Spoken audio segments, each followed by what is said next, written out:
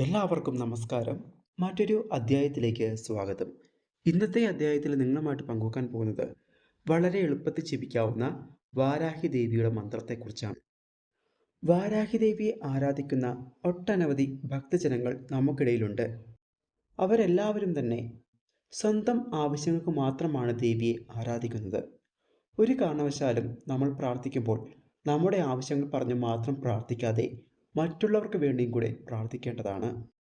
മറ്റുള്ളവർക്ക് വേണ്ടി പ്രാർത്ഥിച്ചാൽ മാത്രമേ നമ്മുടെ പ്രാർത്ഥന ഈശ്വരൻ പെട്ടെന്ന് കേൾക്കുകയുള്ളൂ.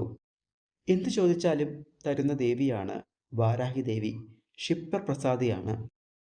വാരാഹി ദേവിയെ പ്രാർത്ഥിക്കുന്ന ഭൂരിഭാഗം ഭക്തജനങ്ങളും അവർക്ക് പണമുണ്ടാകാൻ വേണ്ടിയാണ് പ്രാർത്ഥിക്കുന്നത്. പണമുണ്ടാകാൻ വേണ്ടി മാത്രമല്ല ദേവിയെ പ്രാർത്ഥിക്കേണ്ടത്.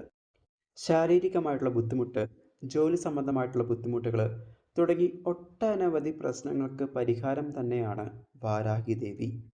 അതുപോലെ തന്നെ സാമ്പത്തികമായിട്ട് ബുദ്ധിമുട്ട് അനുഭവപ്പെടുന്നവർ എൻ്റെ കടം മാറിത്തരണം, എൻ്റെ കടം മാറ്റിത്തരണം എന്ന് പ്രാർത്ഥിക്കാതെ എനിക്ക് സാമ്പത്തികമായിട്ടുള്ള അഭിവൃദ്ധി നൽകണമേ എന്നാണ് പ്രാർത്ഥിക്കേണ്ടത്.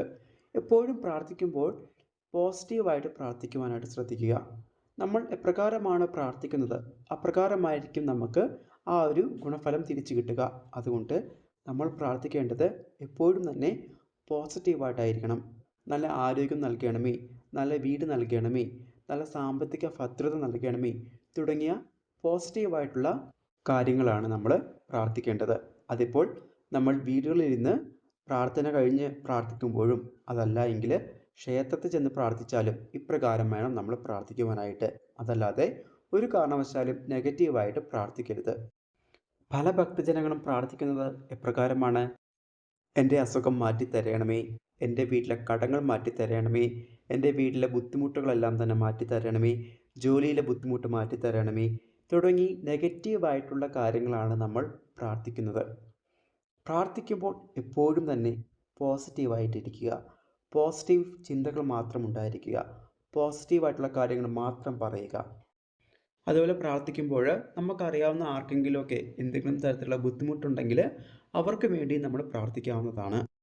അതായത് നമുക്കറിയാവുന്ന ആർക്കെങ്കിലുമൊക്കെ പണത്തിന് ബുദ്ധിമുട്ടുള്ള ആൾക്കാരുണ്ടായിരിക്കും, അല്ലെങ്കിൽ രോഗങ്ങൾ മൂലം ആശുപത്രിയിൽ കഴിയേണ്ടതായിട്ട് വരുന്ന ആൾക്കാരുണ്ടായിരിക്കും. അവർക്കൊക്കെ വേണ്ടി നമുക്ക് പ്രാർത്ഥിക്കാവുന്നതാണ്. ഇനി വാരാഹി ദേവിയുടെ മന്ത്രത്തെ പരിചയപ്പെടാം. ഈ ഒരു മന്ത്രം നിങ്ങൾക്ക് എല്ലാ ദിവസവും ജപിക്കാവുന്നതാണ്. രാത്രി 7 മണിക്ക് ശേഷമാണ് ഈ ഒരു മന്ത്രം ജപിക്കേണ്ടത്. 12, 21, 41 തുടങ്ങി എത്ര ഉരു വേണമെങ്കിലും ജപിക്കാവുന്നതാണ്. ശരീരശുദ്ധിയോടുകൂടി മാത്രം ഈ മന്ത്രം ജപിക്കുക. ഏതൊരാൾക്കും വളരെ പെട്ടെന്ന് ജപിക്കാവുന്ന മന്ത്രമാണിത്.